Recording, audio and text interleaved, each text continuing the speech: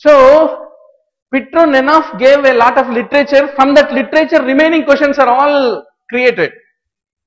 Habitual chewing, sucking of the fingers, bulimia nervosa, self-induced vomiting, they are all associated things with Gerard Spatz.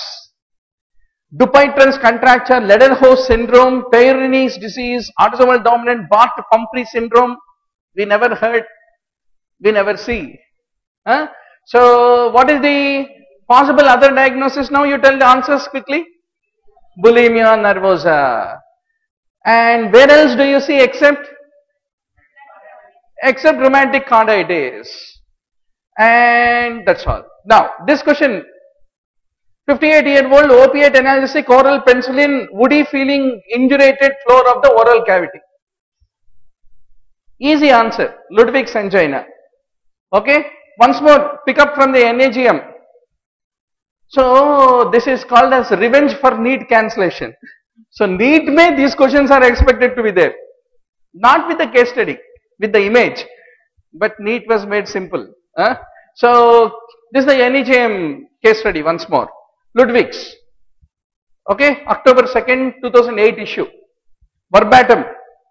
The entire literature. Now, this condition is surgical emergency because it can lead to airway obstruction. That's good. And infection can spread to submental, sublingual, submandibular spaces. And treatment of choice is basically surgical, antibiotic and intensive care. Finish. Ho gaya. Next, 75-year-old chronic atrial fibrillation, hypoactive bubble sounds, 92% neutrophils. What is your answer? Atrial fibrillation ke wajah se there will be clots in the heart, and the clots in the heart will embolize to the mesenteric vessels, and when mesenteric vessel get blocked, small intestine suffers ischemic necrosis. Agreed? So, what will you see if you take a skiogram? Gas filled small bowel and thickening of the wall. That is what you see. Once more, New England Journal of Medicine 2011 May, straight case study. Of course, the image was not given in the exam because the image had no scope in exam. Same 75-year-old chronic atrial fibrillation, same story. So next time what will you tell your other classmates? Read NEJM. Then they will read NEJM and they don't qualify in any exam. So, this is the thing. But this is a common sense question. Atrial fibrillation will embolize to intestine and mesenteric ischemia will occur. And mesenteric venous gas, pneumatosis intestinalis, they all can be seen on abdominal CT is what need to be remembered. So, what is the investigation of choice? Contrast enhanced CT. So, there is a reason already NEJM gave the image of the contrast enhanced CT. Okay. Now, what is the most probable diagnosis? Last question it was. So, this should be earlier question, mesenteric ischemia. That's good. And what is the common cause for this problem?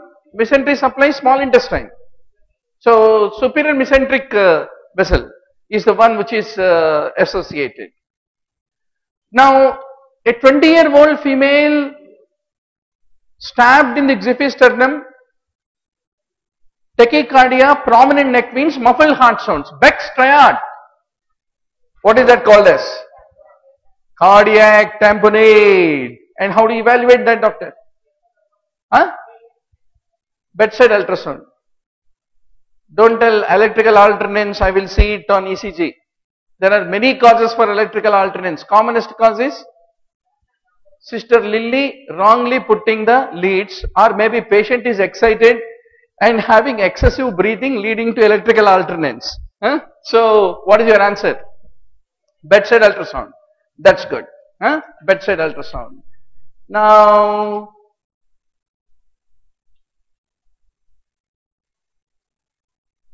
just check this now, how this will go. Right. Okay. Bedside ultrasound. What is the most likely problem? Tamponade. And what is the immediate treatment? Take a pigtail catheter and stab into the pericardial cavity, drag out the fluid, and the patient will survive. 60-year-old, progressive difficulty in swallowing, vomiting, marked dilatation of upper esophagus with a narrowing of the lower segment and manometry shows absent peristaltic waves. What is your diagnosis? Achalasia. Achalasia is because of what? What is the pathogenesis? Absence of the ganglionic cells in the mesenteric plexus is the underlying cause. Noradrenergic, non-cholinergic, inhibitory ganglion cells are missing. Now, what is this patient is at risk of developing? Squamous cell carcinoma, very good. And how does he present to the clinician? Recurrent aspiration pneumonias, that's good. And what do you want to do with this patient? Pneumatic dilatation, balloon dilatation. Now the next question. 69-year-old female, constipation, episode of blood-stained stools and outpouching from the sigmoid colon in multiple areas. Diverticulitis or losis. Okay, so what is the most likely complication which can develop? Most likely developed this complication because of what is the pathogenesis of diverticula? Herniation of colonic wall at the sites of focal defects. 3 weeks later develops fever, left-sided abdominal pain, diarrhea. What is the complication he developed? Perforation, classically. Then what is the investigation of choice for identification of that perforation in diverticulitis? CT scan. Even CT, is it helpful even not only diagnostically, therapeutically also? Why? Because CT, you can be able to get a CT guided percutaneous drainage can be done. Hence CT is both therapeutic and diagnostic.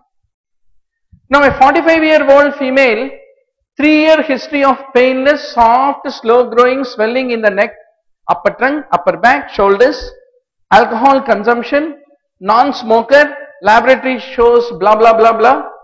Now what is the probable diagnosis? Answers are very. Made lung ke saath unmade lung, some other word would have been given. Once more, New England Journal of Medicine, February 3rd, 2011 issue. That means examiner is current also in his database. You have got a classical made lung patient who has got all the clinical features, lumpy, bumpiness and all. This is the case history given in NEJM. You can refer that, review that. So those who have history of chronic alcoholism, young male predominance will be there. They all became the MCQs later. So what is this condition seen in? Alcohol dependency, very good. And it is more common seen in males. And treatment is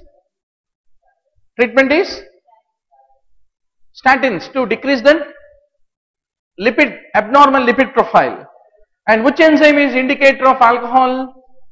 SGOT.